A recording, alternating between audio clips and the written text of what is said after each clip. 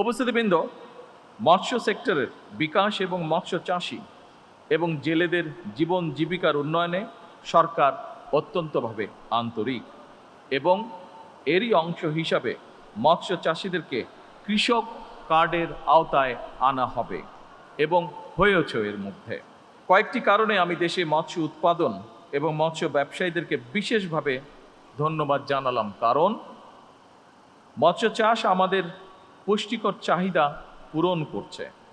মাছ চাষ, মাছ ধরা, পরিবহন, প্রক্রিয়াজাতকরণ এবং বিক্রয়, এই পুরো প্রক্রিয়ায় বহু মানুষের কর্মসংস্থানের সৃষ্টি হয়েছে। প্রান্তিক জনগোষ্ঠীর আয় বাড়াতে মৎস্য খাতের অতুলনীয় ভূমিকা রাখছে।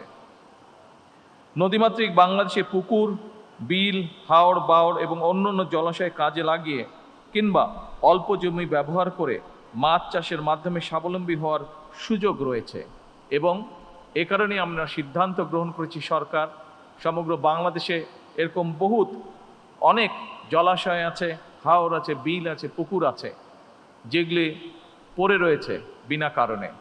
আমরা সিদ্ধান্ত করেছি এগুলোকে সংস্কার করার মাধ্যমে সরকারের পক্ষ থেকে আমরা এগুলোতে মাছের পোনা ছাড়তে চাই এবং যেই পুকুরগুলো বা যেই হাওর বিলগুলো যেই এলাকায়, যে জলাশয়গুলো যে এলাকায় হবে, সেই এলাকার তরুণ যারা আছেন তাদের মধ্যে সুন্দরভাবে আমরা এটা বন্টন করতে চাই, যাতে করে কর্মসংস্থানের ব্যবস্থা হয় তাদের। এ ব্যাপারে এরই ভিতরে আমি মৎস্য মন্ত্রণালয়ের দায়িত্ব নিয়োজিত আমাদের টুকুকে এর মধ্যে নির্দেশনা দেওয়া হয়েছে। প্রিয় উপস্থিতিবৃন্দ, সর্বোপরি চিংড়ি সহ বিভিন্ন মাছ ও মৎস্যজাত পণ্য বিদেশে রফতানি করে প্রচুর পরিমাণে বৈদেশিক মুদ্রা বাংলাদেশ অর্জন করছে। 2025-26 অর্থ বছরে বিশ্বের প্রায় 52টি দেশে মৎস্য এবং মৎস্যজাত পণ্য রফতানি করে বাংলাদেশ 6,000 কোটি টাকার বেশি সমমূল্যের বৈদেশিক মুদ্রা অর্জন করেছে এবং এর কৃতিত্ব আমি মনে করি এখানে যে সকল উদ্যোক্তা আছেন যারা আজকে পুরস্কৃত হয়েছেন, যে সকল ব্যবসায়ী আছেন, যে সকল মৎস্য কৃষক আছেন সহ এই খাতে যারা সম্পৃক্ত প্রত্যেকটি মানুষ এটার এই ক্রেডিটের দাবিদার।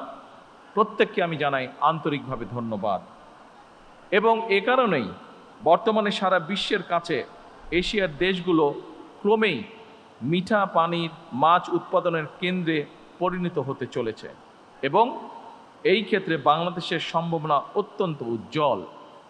আপনারা জানলে খুশি হবেন, গত জুন মাসে জাতিসংঘের খাদ্য ও কৃষি সংস্থা FAO প্রকাশিত একটি রিপোর্টে বলা হয়েছে মাছ সহ জলজ প্রাণী উৎপাদনের ক্ষেত্রে বিশ্বে বাংলাদেশের অবস্থান পঞ্চম। তবে বিশ্বে আভ্যন্তরীণ জলাশয় থেকে মাছ আহরণে বাংলাদেশের অবস্থান দ্বিতীয়। অর্থাৎ বিশ্বের সব রকমের পরিসংখ্যানেই দেখা যায় মৎস্য চাষ কিংবা মৎস্য আহরণে বিশ্বে বাংলাদেশের সম্ভাবনা অত্যন্ত উজ্জ্বল। বর্তমানে এই উজ্জ্বল সম্ভাবনা থাকার ফলে আমরা যদি পরিকল্পিতভাবে পরিশ্রম করি, এখান থেকে বহু মানুষের কর্মসংস্থান যেমন হবে, একই সাথে আমরা আরও অনেক বেশি পরিমাণের বৈদেশিক মুদ্রা অর্জন করতে সক্ষম হব।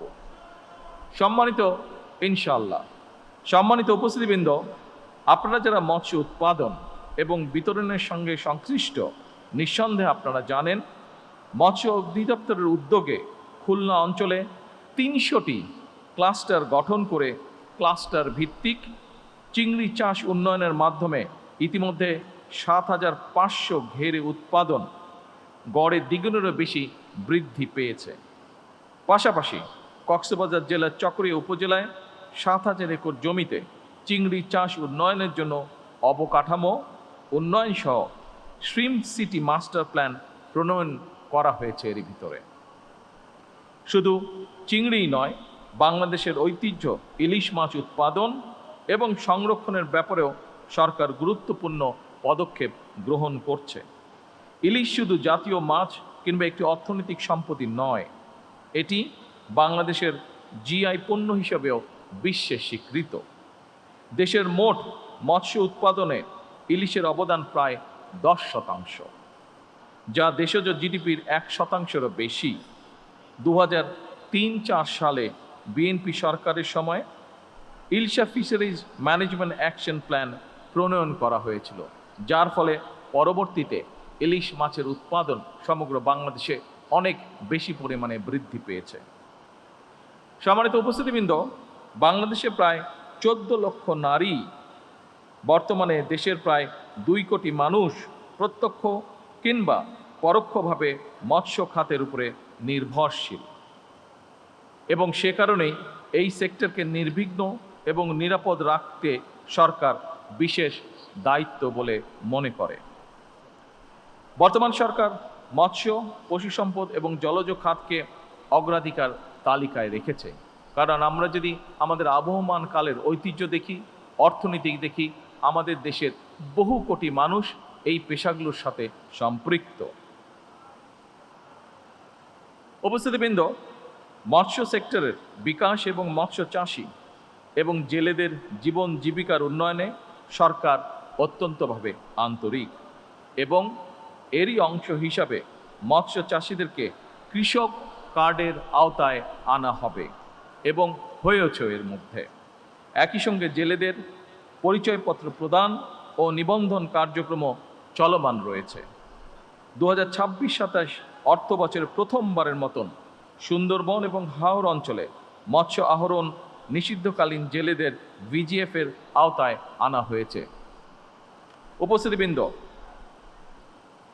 যদি আমরা প্রত্যেকটি মানুষ আন্তরিক হই, আমি বিশ্বাস করি বাংলাদেশের ভাগ্য উন্নয়নে মৎস্য এবং পশু সম্পদ যুগান্তকারী ভূমিকা পালন করতে পারে।